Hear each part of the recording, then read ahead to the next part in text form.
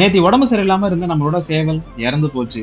வாங்க கார்ப்பரேட் ஃபார்மிங்ல இன்னைக்கு டே 8. காலையிலே நம்ம ஃபர்ஸ்ட் போன இடம் வெட்டனரி ஹாஸ்பிடல் தான். நாம காமிச்ச சேவலோட எச்சத்தெல்லாம் பார்த்துட்டு இது ராணிகட்டா இருக்க சான்சஸ் நிறைய இருக்குன்னு சொல்லி மருந்து கொடுத்தாங்க. டாக்டர் சொன்ன மாதிரி சளிக்கு 1 லிட்டர் தண்ணிக்கு 1 ஸ்பூன் பவுடரும், கழிச்சல் வராம இருக்கிறதுக்கு ஒரு கோழிக்கு 1 ml சிறப்பும் கொடுத்துட்டு சத்தான ஆகாரம் வச்சுட்டு ஃபார்மும் சுத்தம் பண்ண ஆரம்பிச்சாச்சு. டாக்டர் சொன்ன மாதிரி ப்ளீச்சிங் பவுடர் போட்டு சுத்தமா கீழ இருக்கிற தரையை கிளீன் பண்ணியாச்சு. நம்ம கிட்ட மிச்சம் இருக்கிற கோழிகளுக்கு சளி இருக்கு, ஆனா ஆகாரம் எடுக்காம குன்ற அளவுக்கு இன்னும் மோசமாகல. இருந்தாலும் ஸ்டார்டிங்லயே மருந்து கொடுத்து உயிரிழப்பை ஸ்டாப் பண்றதுதான் புத்திசாலித்தனம். நாம இது வரைக்கும் எந்த வேக்சினும் பண்ணல. இதுக்கப்புறம் R2B யூஸ் பண்ணலாமான்னு கமெண்ட்ல சொல்லுங்க. மருந்து கொடுத்ததுக்கு அப்புறம் கோழிங்க நல்லா இருக்கிறத பார்த்துட்டு நம்ம முட்டை கலெக்ட் பண்ண போயிட்டோம். அங்க ஒரு கோழி அடப்படுத்ததை பார்த்துட்டு அட வச்சிடலாம்னு சொல்லி முடிவு பண்ணியாச்சு. வழக்கம் போல இரும்பு சட்டியில மண்ணு போட்டு தான் நம்ம அட வைக்க போறோம். ஏற்கனவே நம்ம அட வச்ச முட்டையில ஒரு வழியா கோழி அடப்படுத்துருச்சு. நம்ம ஷெட்ல கோழிங்க தங்கி இருக்கிற இடத்துக்கு பேலன்ஸ் மறைக்க வேண்டிய இடத்தையும் இன்னைக்கு மறைச்சாச்சு. நேத்து ட்ரீட்மெண்ட்டுக்கு வெத்தலை மிளகுலாம் 30 ரூபாய்க்கு வாங்கினதெல்லாம் போக நம்ம கிட்ட 1472 ரூபாய் பாக்கி இருக்கு. வெட்டனரி ஹாஸ்பிட்டல்ல ஃப்ரீ மருந்துங்கிறதுனால நம்ம தப்பிச்சோம். நாளைக்கு அப்டேட்டுக்கு சப்ஸ்கிரைப் பண்ணிக்கோங்க.